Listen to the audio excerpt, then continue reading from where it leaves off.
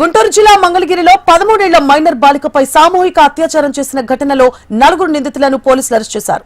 ఈ నెల 18న మైనర్ బాలికతో నిందితులు మాటలు కలిపి ఆటోలో నిర్మానుష్య ప్రాంతాలకు తీసుకెళ్లి బాలికపై పలుమార్లు అత్యాచారం చేసినట్లు డీఎస్పీ వివరించారు.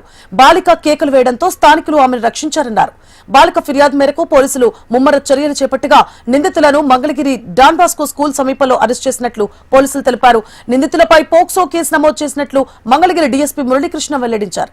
గుంటూరు నార్త్ డిఎస్పీ మంగళగిరి మొన్న అంటే 19/12/2025 తేదీ మధ్యాహ్నం 1:30 సమయంలో మంగళగిరి టౌన్కి చెందినటువంటి ఒక స్త్రీ ఒక రిపోర్ట్ ఇచ్చింది.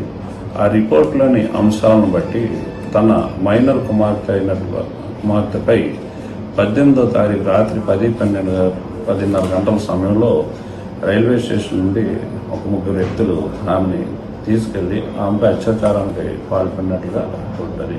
ఆ రిపోర్ట్లోని అంశాలను బట్టి దాన్ని రేప్ కేసు మరియు పోక్సో చట్టం కింద ఎఫ్ఐఆర్ నమోదు చేయడం జరిగింది. గుంటూరు ఎస్పీ శ్రీ వకుల్ జిందాల్ ఐపీఎస్ గారి ఉత్తర్వుల ప్రకారం ఈ కేసుని వెంటనే నేను ఇన్వెస్టిగేషన్ టేకప్ చేశాను.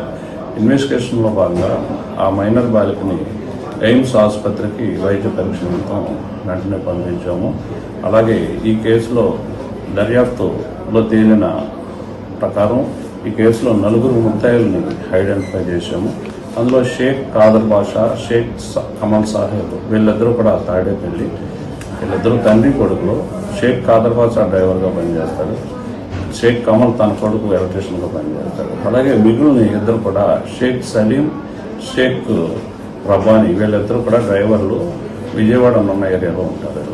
ఇందులో మొదట చెప్పినటువంటి కాదర్ బాషా, సలీం, రబ్బానీ వీళ్ళు 3 కూడా 18వ తారీఖు నైటు మంగళగిరి రైల్వే స్టేషన్లో తచ్చాడుతుంటారు.